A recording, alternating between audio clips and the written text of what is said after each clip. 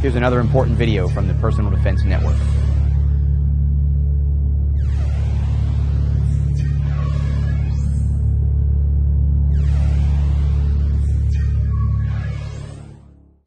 Up! Up!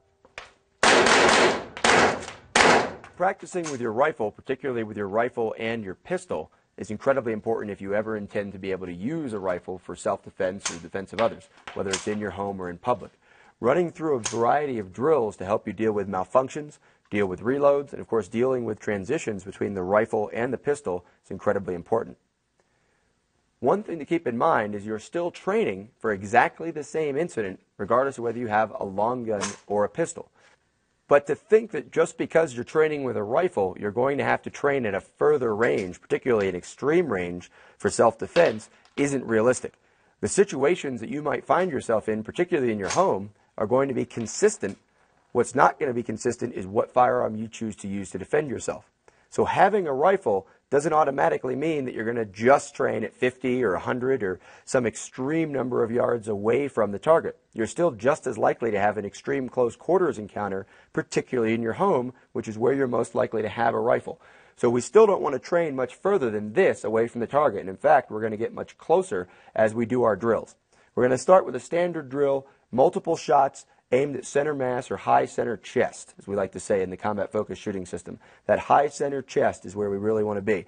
If we are further away, then yeah, we're going to hold on the center of the mass that we have to shoot at. One of the advantages of a rifle is that you can be more precise. Taking that more precise shot, regardless of the distance, is one of the advantages you have, but it's not necessarily what you're going to do. Just because you have a rifle does not mean you're going to train for headshots, for example, or for an extreme unorthodox shot. If you have a threat trying to hurt you or someone that you're trying to defend, you're still going to take exactly the same shot, regardless of whether you have a pistol or a rifle. You may be able to take it faster with a rifle. You may be slower with a rifle, depending on the type of optics or the type of rifle you're using, than you would be with a pistol. This is merely an issue of which firearm do you have with you at the time that you need to defend yourself.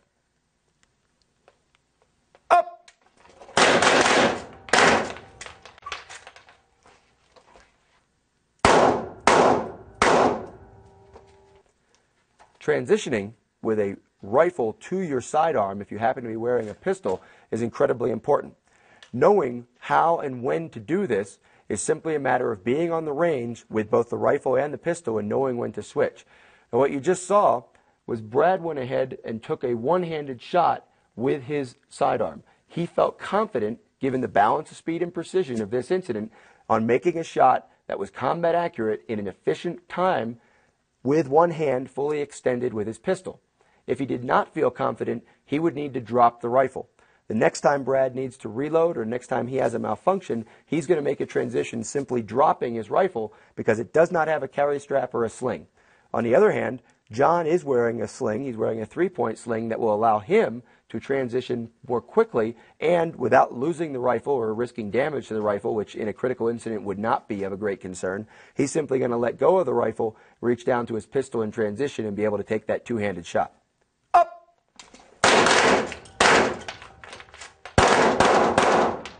Up!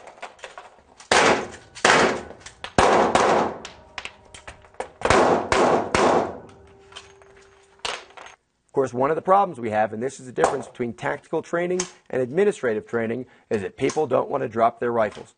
So this rifle that Brad has is very pretty, has nice wood, has some old school bluing on it that makes it look antiquish, but he ran out of rounds. This is no good to us anymore. Dropping the rifle is what we need to do. We need to drop it and immediately go to our pistol.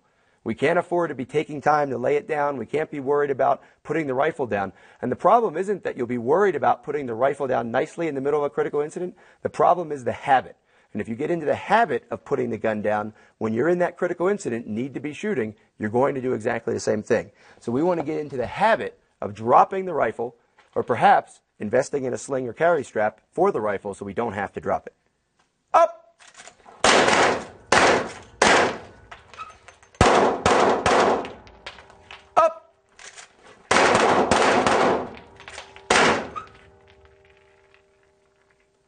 When you're on a rifle range, between strings of fire, it's great to go back from your pistol to your long gun. Whether you're fixing a malfunction or you're actually going back to actually loading the rifle if it had gone dry, that's fine. You don't want to get into a habit when you're just shooting a pistol of topping off, or the so-called tactical reload between strings of fire. You want to have as many opportunities as you can to experience slide lock. That does not mean, however, when your primary goal of that range session is practicing with a rifle, that you're not going to, between strings of fire, get the rifle back into operation. If you're in the middle of that operation and the instructor should call out a command to fire, or whatever you're using as your random cue if you're training by yourself to fire should come about, you don't need to finish the reload. You immediately transition and go back to a pistol. Certainly we realize that that can happen. You could be in the middle of reloading and have to shoot. If your gun isn't working and you have another one that will work, you drop it and you go back to that sidearm. Up!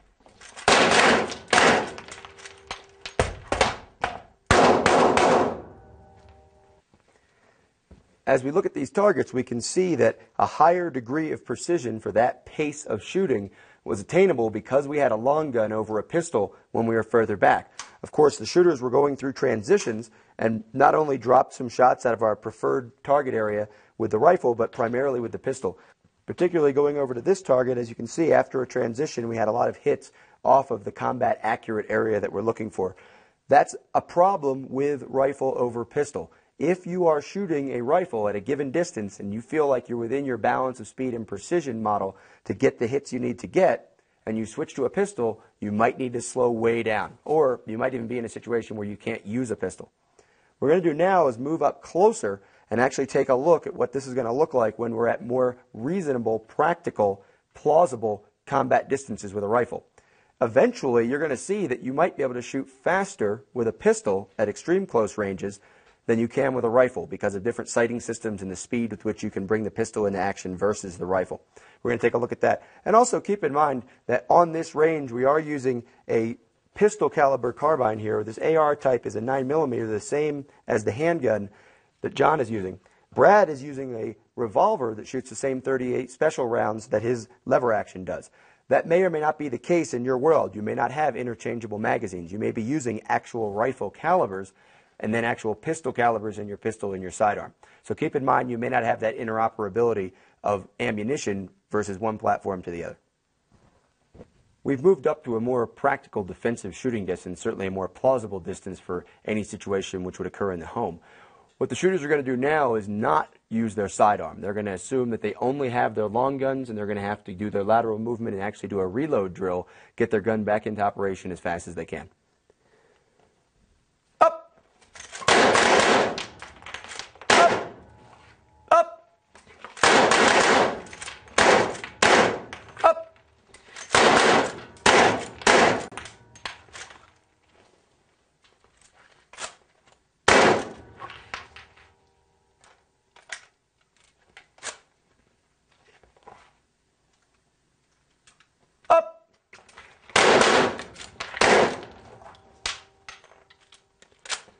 Once we've established our comfort level with hitting the primary target area on our target, we want to move to the next level of actually balancing speed and precision and changing that up. We're going to make the targets less predictable, and we're also going to change the size of the target. And of course, distance stays the same. The other environmental factors, the conditions which affect the shooters, the firearm they're using, all those things are going to stay the same. But we are going to take a look at what happens when we change the target. Up! 4. Get the hits. That's the problem with transitioning from one pace of shooting to another. If you don't consciously slow down, change your balance of speed and precision so that you get the hit you need to get, you run the risk of missing, even at this close range with a long gun. 2. Up. Now we've gotten even closer. We've gotten much closer to what would be a reasonable engagement distance for a threat inside your home, maybe even closer than this. But we've gotten back to where we do most of our primary pistol shooting, somewhere between 8 and 12 feet. Now exactly the same thing is happening here, except what we've got is John has switched to a rifle caliber. So he's got rifle caliber magazines, exact same platform, same manual of arms, same malfunction drills, same reload drills, But what he's done is he's switched to a rifle. He does not have compatibility between the magazines or the ammunition with his sidearm, with his pistol. We are going to have the guys go back to transitioning to their pistols when they need to, and we're going to run through the same drills now in even more realistic distance. Load and make ready. Up. Up.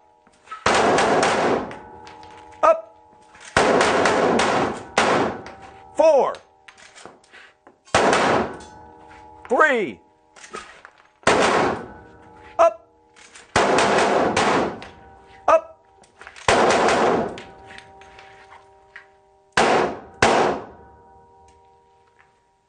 Now again, at this distance, Brad's choice was to go ahead and just shoot one-handed with the pistol. The first shot was off, but by slowing down, concentrating, controlling deviation more, he got the second hit. So the question remains, would he be faster and more efficient if he just dropped the rifle, went to the pistol, and extended to shoot? That's a hard habit to break. It's a hard habit to get into. It's certainly counterintuitive when you have a rifle that you've practiced with and trained with and you try to take good care of and keep operational. But in a critical incident, that extra second or extra half second or that missed shot could be very damaging to somebody you care about or even yourself. Up!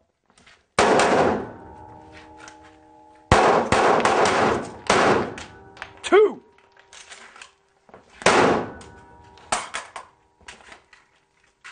Up. 2. Up. 1.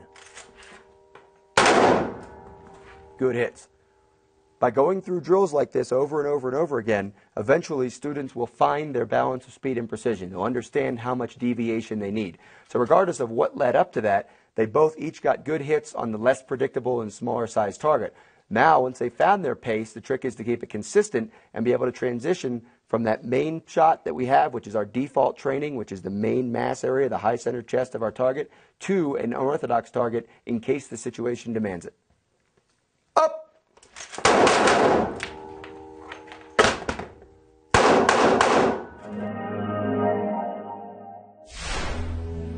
Check out more videos just like this one at the Personal Defense Network.